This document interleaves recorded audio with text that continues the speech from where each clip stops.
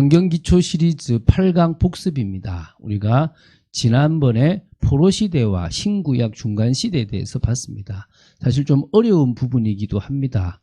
포로시대라는 것은 포로가 됐던 그 기간이고 다시 이제 귀환해서 돌아온 그까지를 포로시대라고 보시면 될 것 같고요.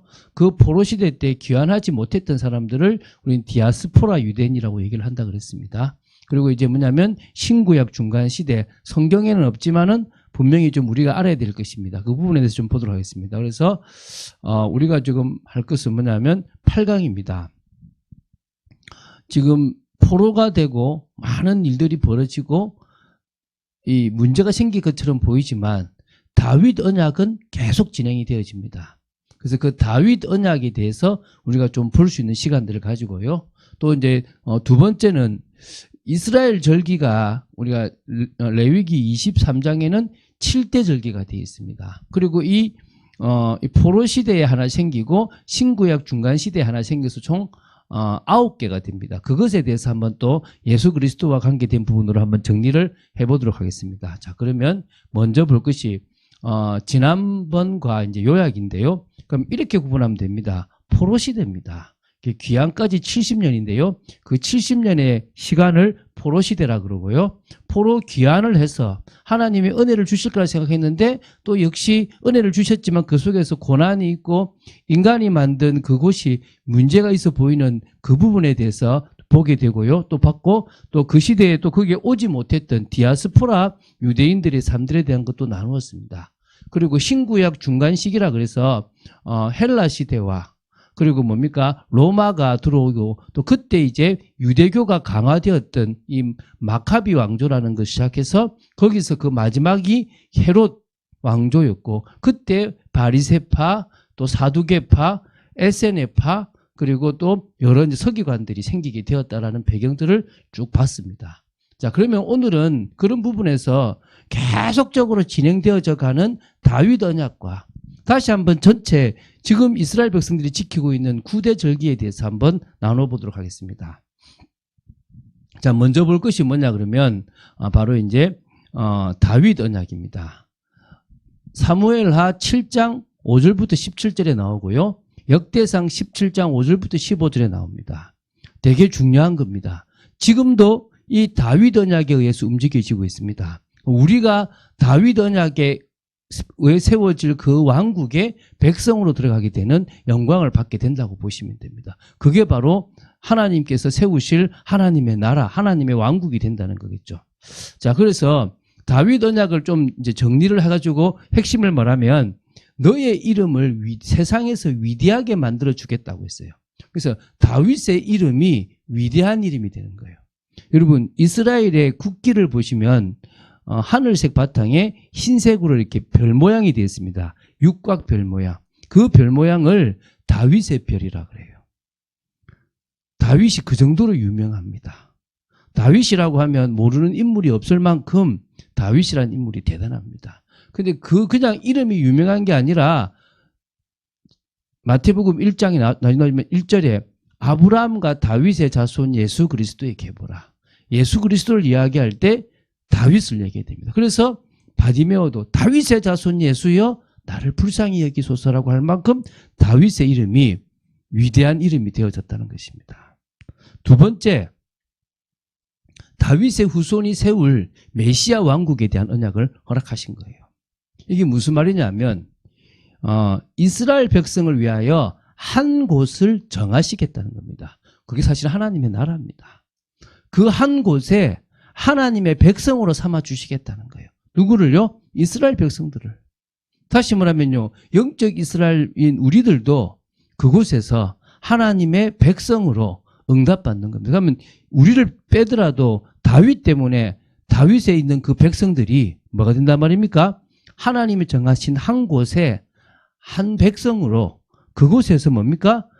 원수에게서 벗어나 쉼을 얻게 된다는 겁니다. 사단의 권세에서 벗어나고 모든 악한 또 대적들에게서 벗어나서 쉼이 있게 하겠다고 약속하셨습니다. 뿐만 아니라 다윗 가문의 영원한 왕권을 보장하겠다고 약속했습니다. 내 씨를 내 뒤에 세우겠다 그랬어요. 자, 그러면은 사실은 포로가 남유다가 멸망했을 때 시드기야 이후로 다윗 왕가가 끊어진 것처럼 보여요. 예수님이 탄생하실 때 헤롯 왕가가 세워져 있지 사실은 다윗 왕가가 없어요. 그러면 그 다윗 왕가가 끊어진 것처럼 보이잖아요. 그렇지 않다는 겁니다. 그 이름이 계속적으로 어디요?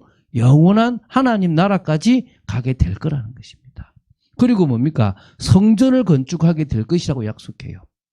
가장 가까이 있는 솔로몬이 이 성전을 짓습니다. 그런데 그건 한계가 있는 성전입니다. 예수 그리스도가 바로 참된 성전이고 그 예수 그리스도를 믿는 우리 속에 성령이 오심으로 말미암아 진정한 성전이 완성될 거라는 거예요. 그런 언약을 주신 거란 말입니다. 그리고 뭡니까? 영원히 견고할 다윗의 왕국을 약속하셨다는 것입니다. 이게 뭡니까? 메시아 왕국, 하나님의 나라를 말하는 거죠. 이게 결국은 제가 말했지만 예수 그리스도란 말이 메시아라 그랬죠. 이것으로 성취될 언약이라는 거예요. 그래서 아까 말씀드렸지만은 아브라함과 다윗의 자손 예수 그리스도의 계보라. 그러면 뭡니까? 예수 그리스도는 메시아는 아브라함과 다윗의 후손으로 와요. 그런데 예수님이 묻잖아요. 뭘 묻습니까? 자, 다윗의 자손으로 메시아가 온다고 했는데, 그분이 온다고 했는데, 그러면 다윗이 먼저냐? 메시아가 먼저냐? 그때 예수님이 뭐라 그럽니까? 시편 89편을 예로 들면서 내 주께서 내 주에게 말씀하셨다. 너는 모든 원수로 발등상하기까지 내 우편에 앉아있으라 그랬다. 그럼 그 내 주라는 것이 성부 하나님이고 거기에 내 주라는 것이 성자 하나님이신 메시아로 오실 분이라는 거예요. 자, 그러면 다윗이 메시아를 주라고 얘기했는데 그럼 어떻게 다윗보다 다윗이 메시아보다 먼저일 수가 있냐라고 얘기를 하는 거예요. 쉽게 말하면요. 우리가 보는 예수 그리스도라는 그분은 하나님이시고 만주의 주가 되시는 분이십니다. 그분이 다윗의 위를 따라서 다윗의 언약을 성취하러 오시는 그분이 된다는 거예요. 그리고 그분은 뭡니까? 하나님의 아들이시란 거예요. 너는 내 아들이라고 칭함을 받는다 그랬지 않습니까? 예수 그리스도는 바로 하나님의 독생하신 아들인 겁니다. 그리고 종말에 예수 그리스도를 통해서 영원한 하나님의 나라가 임하게 될 거라는 거예요. 그래서 지금 이 부분에서 우리가 뭘 다루느냐? 이 복습에서 다윗 언약을 다루고 있는 거예요. 왜입니까? 나라가 사라질 수 있어요. 다른 것들이 다 사라질 수 있다는 거예요. 그런데 언약은 성취되게 되어 있는 거예요. 여러분, 많은 사람들이 구약을 볼 때 관심이 달라요. 어떤 사람은 홍해 갈라지는 거 대단하다. 해와 달이 멈추는 게 대단하다. 막 기적이 대단하다. 막 이렇게 얘기하잖아요. 하나님은 그것에 관심이 하나도 없어요. 뭐에 관심이 있습니까? 여러분, 마태복음 1장에 예수님의 족보가 나와요. 아브라함부터 시작해서 예수님이 나와요. 그 아브라함이 창세기에 있잖아요. 그러면 그 족보가 쭉 이어서 지금 예수님이 나오잖아요. 그러면 뭡니까? 하나님의 관심은 저 아담부터 시작해서 노아를 지나서 아브라함이 되어서 거기서부터 쭉 내려와서 다윗을 지나서 예수 그리스도 이분까지의 그 역사에 모든 관심을 맞추고 있는 거예요. 사람들은 어디에 관심이 있습니까? 뭔가 나라가 잘 되고 부강하고 복받는 것에 관심이 있지만 하나님의 관심은 언약을 성취해서 당신의 빼앗겼던 나라를 다시 회복하는 거예요. 당신이 힘이 없어서 빼앗긴 것이 아니라 인간에게 사람에게 그 고난을 준 게 결국은 사람의 선택으로 무너졌지만 다시 그 사람의 선택을 통해서 하나님은 다시 그것을 회복하시기 원하신다는 거예요. 그런 의미에서 다윗 언약은 계속되는 중요한 언약이 된다는 거예요. 그 속에 우리도 들어가게 된다는 거예요. 그런 의미에서 되게 중요한 언약이 되어진다고 이런 보시면 됩니다. 두 번째, 이스라엘의 절기들이 있어요. 지금도 이들은 이걸 지키는 거예요. 근데 이 절기가 결국은 예수 그리스도로 귀결된다는 거예요. 그걸 오늘 한번 보자는 거예요. 자, 첫 번째, 제가 이제 여러분 나눠줬던 이렇게 유의물을 보시면 좀 자세히 설명이 되어 있습니다. 잘 이렇게 할 수만 있으면은 이렇게 두 개를 켜고 볼 수 있으면 좋겠고요. 그걸 다운받아서 보실 수 있으면 더 좋습니다. 자, 유월절입니다. 첫 번째. 이게 뭡니까? 이 레위기 23장 4절 5절에 나오는 건데요. 음력 2월을 1월로 만들었어요. 그래서 이제 음력 그 체계를 바꾸어서요. 음력 2월을 유대력으로는 1월로 만들었다는 거예요. 그게 이제 아비벌인데요. 포로를 갔다가 바벨론에서 갔다 오면서 이름이 바뀌어요. 그 바벨론식으로. 그래서 지금은 아비벌이라고 쓰지 않고 니산월이라고 그걸 쓰고 있습니다. 그래서 그렇게 바뀌었는데요. 그 아비벌 14일에 1월 14일 저녁에 지키는 절기가 바로 이 유월절이라는 거예요. 양의 피를 문설주에 바르는 거예요. 그러면요. 그 집안에 처음 난 것을 죽이게 되는 그 저주와 재앙을 피 바르는 것을 그 피를 보고 6월 넘어간다고 해서 6월절인 겁니다. 그래서 이 6월절은요. 계속적으로 지켰던 중요한 절기입니다. 그래서 나중에는 이 6월절에 만찬을 지킨 거예요. 그 6월절의 만찬을 예수님은 성만찬으로 바꾸신 거예요. 제가 얘기했지 않습니까? 6월절 만찬은 포도주 4잔으로 이렇게 이루어져 있다고. 그 사이에 무교병도 먹고 쓴나물도 먹고 이렇게 고백도 하는 시간들이 쭉 진행된다고 말씀드렸지 않습니까? 두 번째 잔을 먹고 나서 무교병을 먹고 나서 세 번째 잔을 먹습니다. 그게 우리가 지금 지키고 있는 성만찬으로 이어졌다고 보시면 돼요. 그래서 이거는 예수 그리스도의 피가 관계되어 있다고 보시면 돼요. 그리고 이제 두 번째, 그 다음부터 지키는 절기가 뭐냐면 무교절이라고 하는 겁니다. 이게 아비벌 1월 15일부터 7일 동안 지키는 절기가 되는 거예요.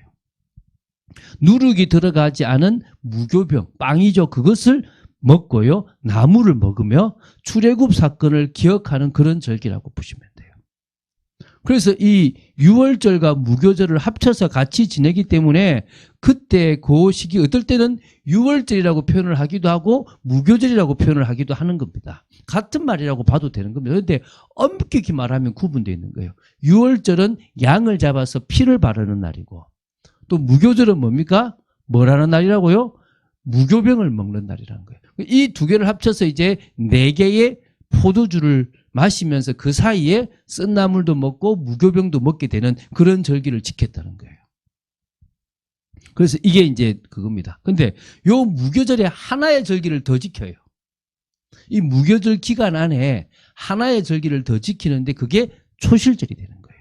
이게 레위기 23장 9절부터 14절인데 사람들 이 초실절과 맥추절을 구분 못하는 사람도 있는데 이것은 구분해야 되는 거예요. 사실 엄격히 말하면 무교절 두 번째 날이라고 보면 돼요. 그래서 이게 안식구 첫날에 지키는 절기인데 6월절로 봤을 때는 3일이 되는 부분이라고 보시면 되는 거예요. 처음 익은 보리 열매를 베어가지고 와서 하나님 앞에 흔들어 드리는 이 요제를 말하는 거예요. 이 요제들이라고 하는데요. 하나님께 그 곡식을 드리는 거예요. 이게 예수 그리스도의 부활이에요. 자, 그러면 봅시다. 6월절에 예수님이 돌아가셨잖아요. 6월절 하루, 이틀, 사흘. 사흘이 되는 이때 예수님이 부활하시잖아요. 그래서 지금 예수님의 피를, 예수님의 살을, 그리고 예수님의 부활을 지금 기념하는 절기가 지금 그 바로 사흘 동안을 지키는데 무교절 7일 기간 중에 두 번째 날이 초실절이라고 보시면 되는 겁니다. 자, 그리고 초실절이 왜 중요하냐? 초실절을 알아야 오순절이 나와요. 제가 많은 사람들에게 오순절이면 50일이라고 사람들이 이야기를 하는데 어디서부터 50일이냐 그러면 6월절, 무교절 헷갈려해요. 초실절에서부터 50일이에요. 7절절이라고 하는 것은 거기서부터 초실절부터 한 주가 7번 77, 49 그 다음이 뭡니까? 오순절이 된다는 거예요. 이걸 다른 말로 맥추절이라고 이야기하기도 하는 겁니다. 그래서 이 절기는 밀이나 보리와 같은 그 수확하는 그 열매를 첫 열매를 드리는 건데요. 이것은 우리가 알다시피 예수님께서 오순절에 성령으로 우리에게 역사하셨습니다. 그래서 성령의 강림을 의미합니다. 우리는 맥추절은 지키지 않지만 오순절은 지켜. 이게 무슨 말이냐면 우리나라에서만 또 미국에서 뭐지만 우리나라에서는 맥추절 절기와 성령 강림 절기가 달라요. 왜냐하면 보리를 재배했던 그게 있어서 우리나라도 맥추절을 맥추감사절이라 그래서 또 다른 절기를 지켜요. 근데 지금은 제가 봤을 때는 그게 별로 의미가 없기 때문에 그 절기는 지키지 않고 저는 뭘 지킨다고요? 성령 강림절을 지키고 있다고 보시면 됩니다. 그렇게 여러분 부활로부터 50일이 지난 그때를 저는 좀 지키고 있다고 보시면 됩니다. 자, 그리고 이제 뭐냐, 5번째입니다. 나팔절입니다. 자, 이게 뭐냐면 유대력으로 7월이 되는 겁니다. 자, 보십시다. 유대력으로 1월에 지금 뭐가 됩니까? 바로 이제 뭐냐면은 6월절과 무교절이 있었죠. 그리고 거기서부터 50일이 지나면은 한 3월, 유대력 한 3월쯤 될 거 아닙니까? 중순쯤. 이때 오순절을 지켜요. 그리고 또 뭡니까? 유대력 7월 1일에 뭘 지키느냐? 나팔절을 지켜요. 그러면은요, 유대력 7월 15일에 나중에 수장절을 지키는데 1년에요, 예루살렘으로 3번을 꼭 와야 돼요. 그러면 거의 진짜 농사 짓더라도 여기 와서 늘 이 일을 해야 될 만큼요, 집중해야 될 일이라고 보면 돼요. 근데 그걸 사실은 하나님이 하게 하시거든요. 그러면 농사는 언제 짓느냐? 하나님 짓게 하시는 겁니다. 자, 이제 나팔절을 보겠습니다. 이게요, 우리는 음력 1월이 신년이고 양력 1월이 신년이잖아요. 근데 이 이스라엘은요, 이 유대력으로 7월 1일이 새해고 신년이에요. 우리하고 이게 체계가 완전 달라요, 완전. 그래서 새해를 지키는데요, 이때 나팔을 불어요, 나팔을. 그래서 나팔절이라고 하는 게 나팔을 부는 겁니다. 그래서 우리가 나팔 불 때 누구 오신다는 겁니까? 예수님이 오신다 그러잖아요. 그래서 예수 그리스도의 재림과 관계 있다라고 보는 절기입니다. 나팔을 불고 준비시키는 게 뭐냐면 10일 뒤에 대속죄일이 있을 거니까 그 절기를 준비하라라고 나팔을 부는 거예요.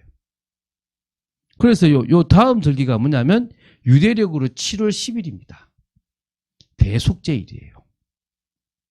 이것은요, 대제사장이 1년에 단 한 번 지성소로 들어가서 거기서 지킬 수 있는 절기인 거예요. 뭐냐? 이스라엘 백성의 모든 죄를 용서받고 속함을 받기 위해서요, 염소 2마리를 가지고 와요.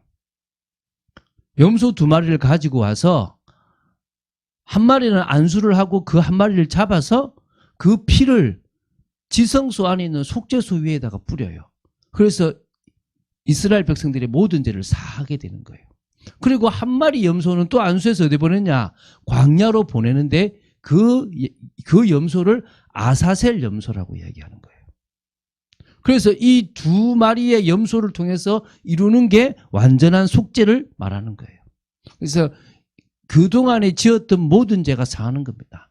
자, 그러면 이게 뭡니까?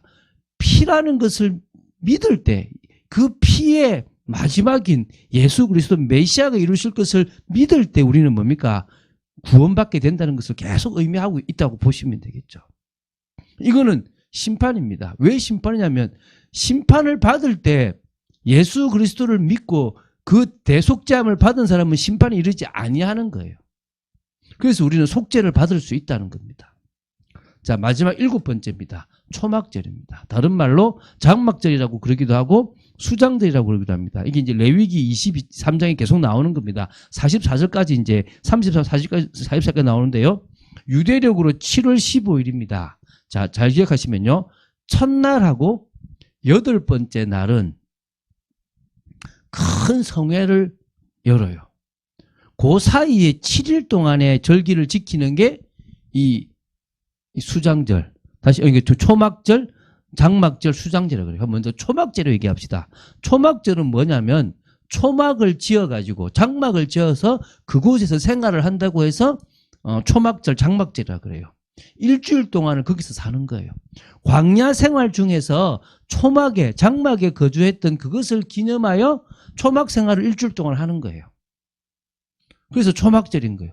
그러니까 다시 말하면 본향을 가나안 땅 들어가기 전에 있었던 것을 바라보듯이 천국을 바라보고 살아가는 삶이라고 해서 초막절을 지키는 거예요. 그래서 이게 천국과 관계 있는 거예요. 두 번째는요, 수장절이라고 하는 것은, 수장은 뭐냐면 곡식을 거두어서 저장했다. 그래서 추수하여 저장한 것을 감사함으로 드리는 절기, 그래서 수장절이 되는 거예요. 우리가 우리의 삶의 열매, 그 은혜를 이제 이제 누리는 천국에 대한 의미가 있다라고 보시면 되겠죠. 자, 그리고 이제 뭐냐면 두 개 절기가 더 있는데 그게 이제 불임절입니다. 이 불임절은요, 유대력으로 마지막 달인 6월이에요.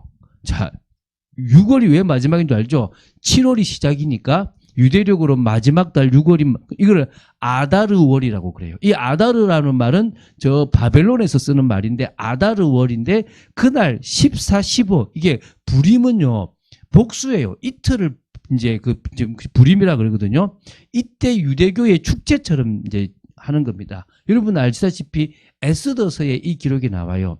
이스라엘의 페르시아 총리 하만이 유대인들 멸절하고 할 때 거기서 벗어나게 되었던 그 날을 기념하는 거잖아요. 이게 하나님 은혜에 대한 감사라고 보시면 됩니다. 그것을 지키는 절기라고 보시면 되죠. 마지막 절기가 이제 수전절입니다. 수전절. 이것은요 유대력으로 9월입니다. 기슬르월이라고 하는 그 절기 25일부터 8일 동안을 지키는 절기인데요. 빛의 절기라고 부르는 절기예요. 그래서 성경의 요한복음에 예수님이 수전절에 솔로몬 행각을 거니셨다라는 표현이 나온다고 얘기했죠. 그죠? 그게 이제 그 의미, 그 수전절을 지켰다는 거예요. 그래서 수전절이라는 절기는 구약의 신구약 중간 사이에 있었던 마카비가 헬라로부터 독립을 했던 그 절기이기 때문에 사실은 성경의 기록이 남아있지 않은데 요한복음에 그 절기를 지켰다는 기록이 남아있기 때문에 우리 수전절을 알고 있는 거예요. 더럽혀진 성전을 정화하고 하나님께 다시 봉헌하는 날을 기념하는 절기인데 이 번제단 자리에 세워졌던 제우스 그 동상을 제거했던 그 일이 기념으로 되어진 거예요. 그래서 이건 뭡니까? 우리가 세상의 빛이라는 것을 의미하는 거예요. 그런 의미가 이게 바로 빛의 절기이기 때문에 구원받은 우리가 바로 세상의 빛이라는 겁니다. 이렇게 지금 9개 절기가 결국은 뭡니까? 그리스도와 연결되어 있는 또 구원받은 우리와 관계되어 있는 절기라고 보시면 됩니다. 그래서 우리는 결국 구약의 모든 사건들이 결국 누구로 기결되는 겁니까? 예수 그리스도로 기결되는 거예요. 그래서 예수 그리스도가 유일한 길이고 유일한 구원의 길이라는 거예요. 그게 이제 뭡니까? 9강에서 보게 될 거라는 거예요. 그래서 8강을 마무리하는 이 복습 때 다윗 언약의 핵심도 그리스도 메시아. 결국은 모든 절기의 핵심도 메시아 그리스도. 그 그리스도로 이 땅에 오신 분이 누구다? 예수님이다. 이렇게 딱 기결되어질 수 있으면 여러분은 성공하는 거라고 보시면 됩니다. 그래서 정리를 좀 하면요. 자, 지금 구약에 대한 정리를 쭉 다 했습니다. 우리가 8강 만에 이 구약에 대한 정리를 다 했고요. 이제 9강부터 이제 신약에 대한 정리가 나아가질 거라고 보시면 됩니다. 그 부분에서도 또 우리가 붙잡고 해야 될 것들이 있다고 믿습니다. 그래서 이스라엘의 역사 속에 역사하셨던 하나님의 그 역사를 사실적으로 아는 여러분 되시기를 주 예수 그리스도 이름으로 축원드립니다.